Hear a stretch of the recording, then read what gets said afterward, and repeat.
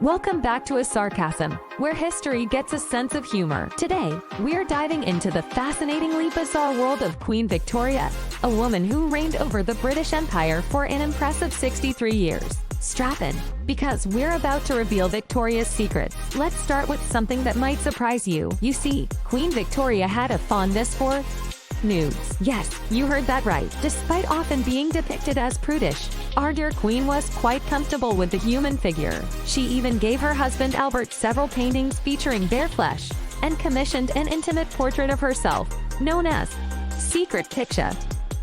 For Albert's eyes only, who knew Victoria was such a fan of the arts. This allegation is based on the fact that Queen Victoria had a large collection of nude paintings and sculptures.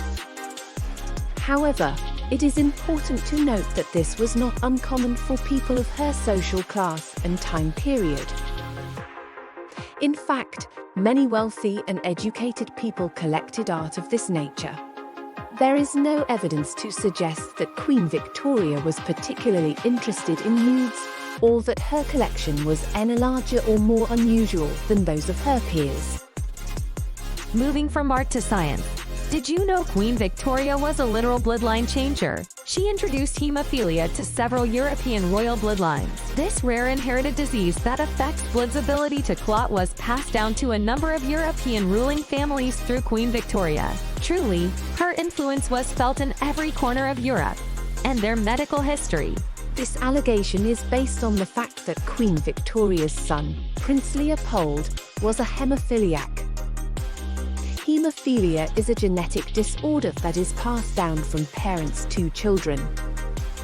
Queen Victoria was a carrier of the hemophilia gene, and she passed it on to her son.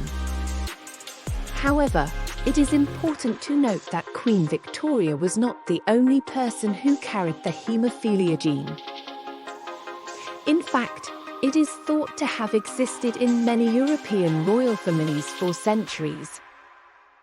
We all know Victoria was a mother to 9 children, but here's the catch. She wasn't exactly thrilled about it. Despite having 9 kids, she wasn't a fan of children or motherhood. She even told her daughter that being pregnant felt more like being a cow or a dog than a majestic experience. Talk about a royal reality check.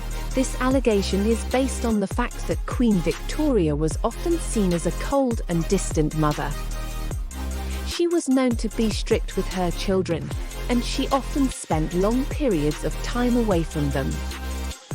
However, it is important to note that Queen Victoria's parenting style was not unusual for her time period. In fact, many parents of her social class and time period were strict and distant with their children.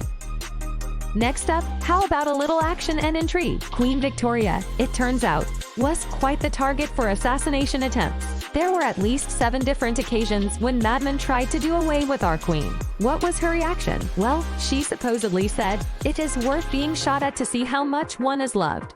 Now that's a silver lining if I've ever heard one. This allegation is true. Queen Victoria was the target of at least 7 assassination attempts during her reign. However, she was never injured in any of these attempts. Growing up, Victoria wasn't allowed to spend time with other children and led a considerably isolated life due to the so-called Kensington system. This strict regimen ensured that Victoria was always accompanied by someone, even when she walked down the stairs. But the moment she reached the age of majority, she asked for an hour of complete solitude and her own bedroom. Talk about pent-up desire for privacy. This allegation is not entirely accurate. Queen Victoria was allowed to spend time with other children, but she was not allowed to do so unsupervised. This was because her parents were concerned about her safety. Lastly, it appears that Victoria picked up a thing or two from her own upbringing because she had her children spied on to control them. Not only that, but when her youngest child, Beatrice, got married, Victoria refused to speak to her for nearly 6 months. So much for motherly love. This allegation is also true. Queen Victoria had her children spied on by her private secretary, Sir Henry Ponsonby.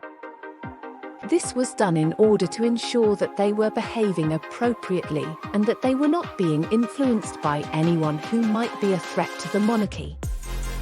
And there you have it, Queen Victoria, a lover of nude art, a mother who disliked children, and a monarch with a royal bloodline twist. Who would have thought? Stay tuned for more fun historical surprises here on ASARcasm, where we find the fun in every corner of history. Until next time, keep your history books close and your sense of humor closer. It is important to note that these sources are all written by historians and biographers, and they all have different perspectives on Queen Victoria. As a result, it is important to read all of the sources and form your own opinion about Queen Victoria.